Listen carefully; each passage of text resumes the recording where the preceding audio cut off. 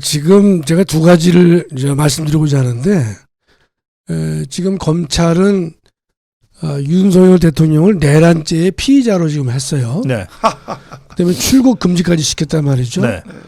국민들은 지금 언론이 말하고 있다시피 대통령은 내란죄를 당연히 범한 것으로 여기게 되는데, 네. 과연 내란죄를 범했는지 하나 하고, 두 번째는 한동훈을 포함해서 여러 사람이 이번에 비상계엄은 위헌 위법이다 그랬는데, 네. 과연 위헌 위법인지 그 두 가지를 한번 제가 논증을 하기 위해서 왔습니다. 그러시죠. 예. 이거 형법상 내란죄가 다 뜨죠, 같이. 네. 자료 화면이. 우리가 이제 이 내란죄를 보면 87조에 아주 간단해요. 국토의 참절 또는 국헌 문란을 목적으로 폭동하는 죄. 여기서 국토의 참절은 논할 필요가 없습니다. 문제가 안 되니까.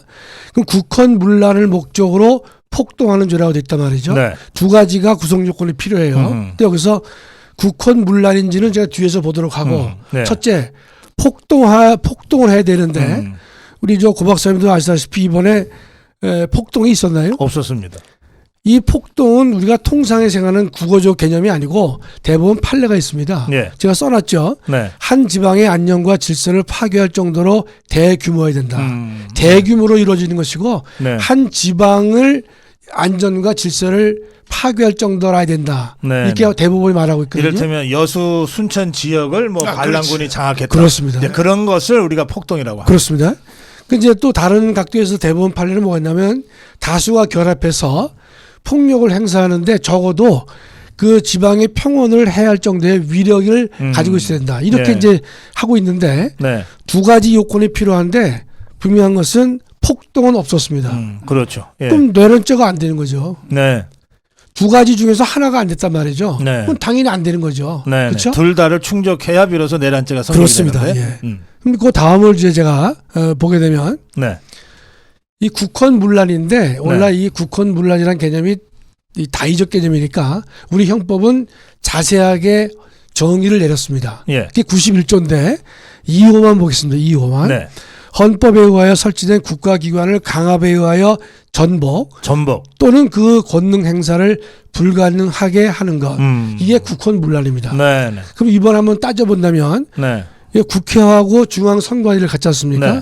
그럼 국회를 강압에 의해서 왜 전복을 시켰나요? 못 시켰죠. 못 안 시켰죠. 시켰죠. 안 시켰죠. 예. 안 시키기도 하고 못 시키기도 예. 하고. 그러니까 전복이 없었어요. 네. 두 번째, 권능 행사를 불가능하게 하는 건데, 예. 권능 행사가 불가능했나요? 너무 잘 돌아갔어요.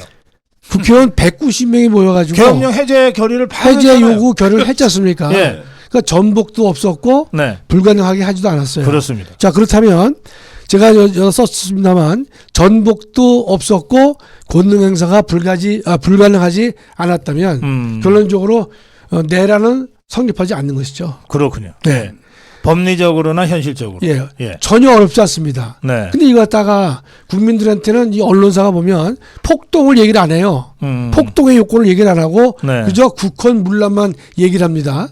그래서 국민들을 호도하고 있다는 뜻이죠. 네. 그러니까 국헌문란도 강압적으로 국가기관을 전복하거나 또는 불가능하게 해야 된다고 우리 법에는 분명히 명시되어 있는데 네. 이거를 두루뭉술하게 해가지고 무조건 내란이다. 폭동도 없었는데 폭동은 중요한 요건이란 말이죠. 네. 그렇게 가고 있기 때문에 내란죄는 성립이 되지 않는다 이 뜻입니다. 알겠습니다. 자, 그래서 빨간 글을 써놨어요. 내란죄 성립하지 않는다. 내란에 내자도 꺼내지 말라 그랬죠. 네. 그리고 먼저 말씀하신 네. 그 한동훈이가 네. 그런데 윤석열 대통령의 비상계엄 선포를 위법적이고 위헌적인 예. 거다 이렇게 예. 주장했잖아요. 네네. 그것이 얼마나 엉터리인지도 좀 설명을 예, 그게 두 번째입니다. 우리가 이제 보면 국가기관이 대통령이 권한을 행사를 할 때는 절차적 요건도 준수해야 되고 네. 실체적 요건도 준수해야 된단 말이죠. 네네. 첫째 줄 보시면 비상계엄을 선포하게 되면 국무회의 심의를 얻도록 되어 있습니다. 네. 근데 이번에 저 자막 띄워놨어요? 네. 선포 전에 가시죠. 국무회의 심의를 거쳤죠. 네. 그렇죠? 예. 근데 계엄 해제에도 국무회의 심의를 경유해야 됩니다. 국무위원들이 늦게 오는 바람에 기다렸다가 요건을 충족해서 했어요. 그렇죠. 예. 그러니까 이 대통령은 비상계엄을 선포할 때에도 사전에 국무회의 심의를 거쳤고 네. 해제할 때에도 사전 심의를 거쳤습니다. 그렇습니다. 절차적 요건에 하자가 없습니다. 네. 두 번째는 우리 헌법은 대통령은 국회에 통과하도록 되어 있어요. 네. 통고는 이루어지지 않았습니다. 음. 이건 흠이 되는 건 사실이에요. 네네. 그러나 이 정도의 흠을 가지고 비상계엄이 위헌이다, 위법이다 말할 수 없는 것이죠. 그건 상식적으로 그렇습니다. 네. 그런데 이 비상계엄이 선포된 시간이 당일 10시 반에 비상계엄이 끝났습니다. 네. 10시 반에 많은 국민들이 TV를 통해서 다 봤어요. 네. 이재명은 그 TV를 본 다음에 국회의원들한테 소집을 통보하지 않습니까? 그렇습니다. 300명 국회의원이 다 봤어요. 전 언론을 통해서 통보를 한 거군요. 다 봤죠. 예. 그렇다면 결국은 뭐가 된다면 네. 국회에 대한 통고는 이루어지지 않았지만 네. 그 흠은 매우 경미해서. 경미한 것이고 예. 또 두 번째는 언론기관을 통해서 다 통지가 된 거이기 때문에 흠이 다 치유된 상태입니다. 아하. 예. 그러니까 이것도 위헌 위법을 따질 계제가 안 된다는 뜻입니다. 네. 네. 세 번째가 이 실체적 요건인데 이제 이것이 문제가 될 수 있겠죠. 우리 법에는 전시, 사변, 기타 이에 준하는 국가 비상사태라 해야 된다 그랬는데 아하. 과연 이번에 비상계엄을 선포했을 때 네. 요 세 가지 요건에 충족을 했느냐 안 했느냐는 다툼의 여지가 있습니다. 아하. 예. 국민의 반 이상은 이거 아니지 않느냐. 또 반은 이거 맞다. 네. 라고 하셨단 말이죠. 네. 네. 자, 그럼 실제로 요 판단을 해보면요. 다음이요. 그러니까 전시, 사변, 기타 국가 비상사태라는 말을 상황 요건이라고 우리 헌법에서 말을 하고 있어요. 네. 요 상황 요건을 충족했는지 안 했는지는 대통령의 고유 권한으로 되어 있습니다. 아하. 예. 비상계엄은 국회의장도 하는 것이 아니고 네. 대법원장이 할 수도 없어요.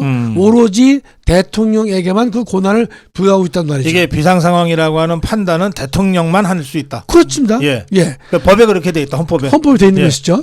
그랬는데 국회는요. 네. 이 요건이 충족이 안 됐기 때문에 해제해달라 그래서 네. 해제했어요. 네. 네. 그러면 요 대통령의 이 판단 이건 고유의 권한인데 이걸 네. 헌법적으로 어떻게 얘기할 수 있냐면 통치행위라는 말 보통 씁니다. 아하. 예. 예. 제가 통치행위를 한번 읽어볼게요. 네. 고도의 정치적 성격을 지닌 국가 작용으로 사법부가 옳고 그름을 판단할 수 없는 행위다. 그러니까 우리가 한 국가를 보면 대부분의 국가 작용은 사법부에 의해서 네. 옳고 그름을 판단받아야 옳습니다. 그렇죠. 법에 의해서 네. 통치를 하는 것이니까요. 그렇습니다. 예. 그러나 네. 어떤 경우에는 이 국가 작용이 고도의 정치적 성격을 지니기 때문에 사법부의 몇몇 판사에 의해서 적부를 판단하게 하면 적절치 않은 행위가 있습니다.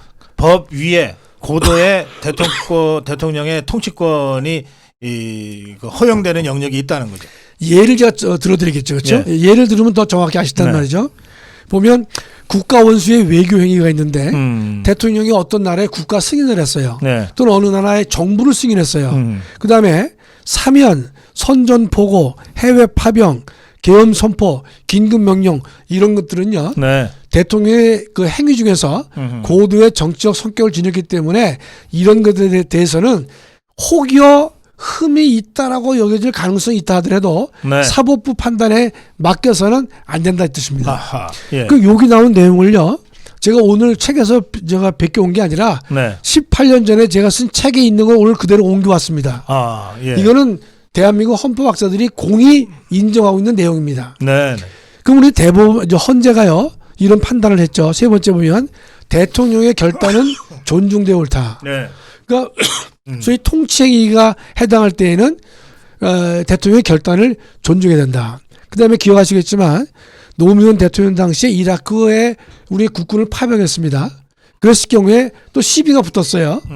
헌재가 뭐라 했냐면 대통령의 국군의 해외 파병의 문제는 네. 고도의 정치적 성격을 지녔기 때문에 대통령의 판단을 존중해야 될 것이고 네. 헌재는 판단을 자제해 옳다. 알겠습니다. 그렇게 예. 얘기를 하고 있단 말이죠. 교수님, 이 대목 관련해서 저는 1972년 7.4남북 공동성명 그 사례가 아주 설명 그렇습니다. 좋다고 봅니다. 예, 예. 그때도 그 방공국 국가보안법이 있어가지고 누군가가 반국가 단체인 북한 지역에 몰래 가는 잠입은 반국가 단체 처벌되는 거죠. 예, 처벌되는 예. 거예요. 근데 당시에 박정희 대통령이 김일성이하고 7.4남북 공동성명을 하기 위해서 예. 이우락 중앙정보부장을 몰래 맞습니다. 보내잖아요. 예. 그러면 이제 이우락 중앙정보부장은 당시 법에 따르면 국가보안법 위반이에요. 그렇습니다. 그렇지. 근데 이게 대통령의 통치권 차원의 일이었기 때문에 그럼요. 실정법으로 아무런 문제가 제기되지 않았어요. 그게 아니, 통치권이에요. 법학 박사도 아닌데 그렇게 잘 아시고. 아니 이거는 정치학에서 다룰 수가 있죠 얼마든지요. 정치학 박사가 그래. 그러니까. 남의 분야를 자꾸 침해하시면.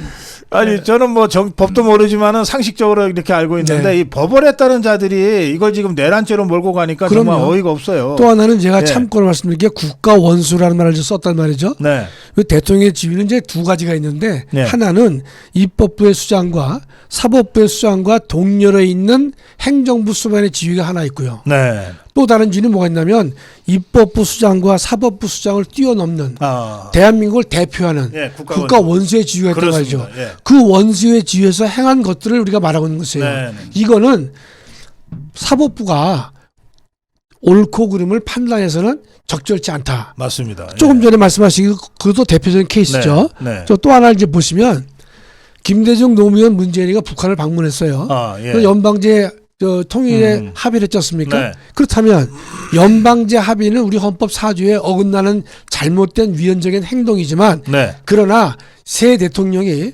북한을 방문한 것에 대해서 국가보안법에 저촉된다고 말한 사람은 5천만 국민 중에 단 한 명도 없습니다. 아무도 없습니다. 예. 바로 그것은 일종의 통치에 속하기 때문에 그런 것이죠. 예. 그다음에 우리가 계엄의 본질을 좀 말씀 올리면 이것도 우리가 이번 사태를 이해하는데 도움이 될 거란 말이죠. 계엄은 뭐냐? 힘과 자유가 극렬히 대립할 때 생기는 현상입니다. 국민의 자유를 보장할 것이냐 보장해야 되는데 국가 공권력의 행사가 필요할 때가 있단 말이죠. 대통령이 뭐라 한다면 지금의 대한민국은 당장 무너져도 이상하지 않을 정도의 풍전 등화라는 말을 했어요. 그렇습니다. 국가 통치권자로서 무슨 말을 하냐면 피를 토하는 심정으로 담화를 냈단 말이죠. 네. 그러니까 이런 국가 권력을 행사하는 것이 옳겠느냐. 국민의 자유가 희생되더라도 네. 계엄의 본질은 힘과 자유의 대립에서 나오는 것이죠. 두 번째로는 국가 위기 상황에서 자신의 일부를 파괴하더라도 전체를 구하려는 극한의 조치가 되는 겁니다. 네. 우리가 예컨대 의사가 수술할 때 환자의 다리를 자르지 않으면 네. 환자의 생명을 구할 수가 없습니다. 그럴 때 예. 그 대목을 대통령이 정확하게 설명하고 있어요. 담화에서 뭐라고 그랬냐면 이제 거의 끝부분인데요. 저는 가능한 한 빠른 시일 내에 반국가 세력을 척결하고 국가를 정상화시키겠습니다 해놓고 계엄 선포로 인해 대한민국 헌법 가치를 믿고 따라주신 선량한 국민들께 다소의 불편이 있겠습니다만 이러한 불편을 최소화하는 데 주력할 것입니다. 이렇게 돼 있다고. 예. 바로 이 대목을 설명한 거예요. 예. 하여튼 이 계엄은 자신의 일부를 파괴해서라도 전체를 구하려고 하는 것이다. 네. 세 번째는 영원한 자유를 위해서 잠시 일부 자유를 포기하는 것을 용인해 주는 게 계엄이라는 뜻이에요. 네. 그렇기 때문에 전 세계 어느 나라를 보더라도 헌법에 다 계엄 선포권은 가지고 있고 네. 다 대통령의 고위권하로 되어 있다는 뜻입니다. 예. 이게 계엄의 본질이란 말이죠. 네. 이 상황을 제대로 이해해야 되는 거죠. 이 상황이 조금 전에 말씀하셨다시피 대통령의 연설문 총알에도 나와 있다 이런 뜻이죠. 그렇습니다. 그렇죠? 예.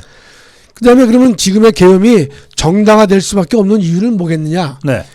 평상시에 법치주의적인 조직이나 절차나 방법에 의해서는 국가의 위기 상황을 극복할 수 없는 상황이 발생할 수 있는 것이죠. 네. 그건 어느 나라나 마찬가지입니다.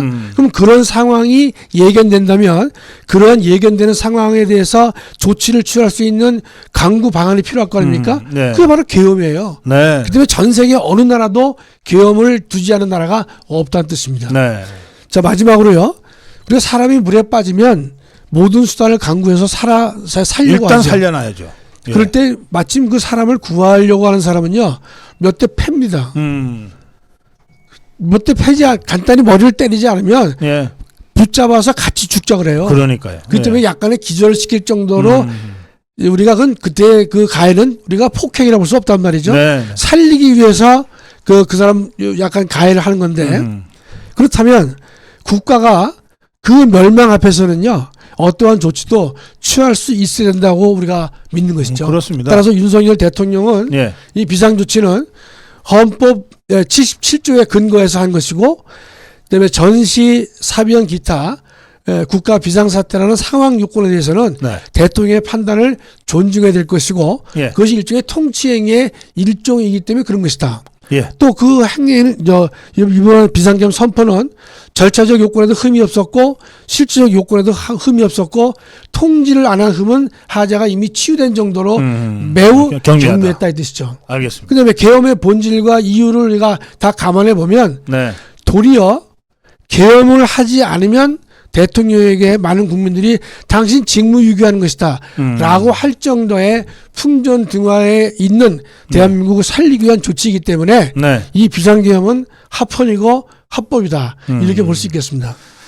예, 지금 우리 김학성 교수 쭉 설명하셨는데 네. 아주 우리 고성구 TV 댓글창이 네. 아주 열강 분위기가 됐습니다. 와 그래요. 그리고 왜 이런 내용을 지상파, KBS 이런 데서 왜 방송을 해주지 않냐. 바로 그겁니다. 예. 예. 우리 김학성 교수님 마무리 이 자유파 국민들께 한 말씀 해주시고 그리고 목사님 마무리 말씀 듣겠습니다.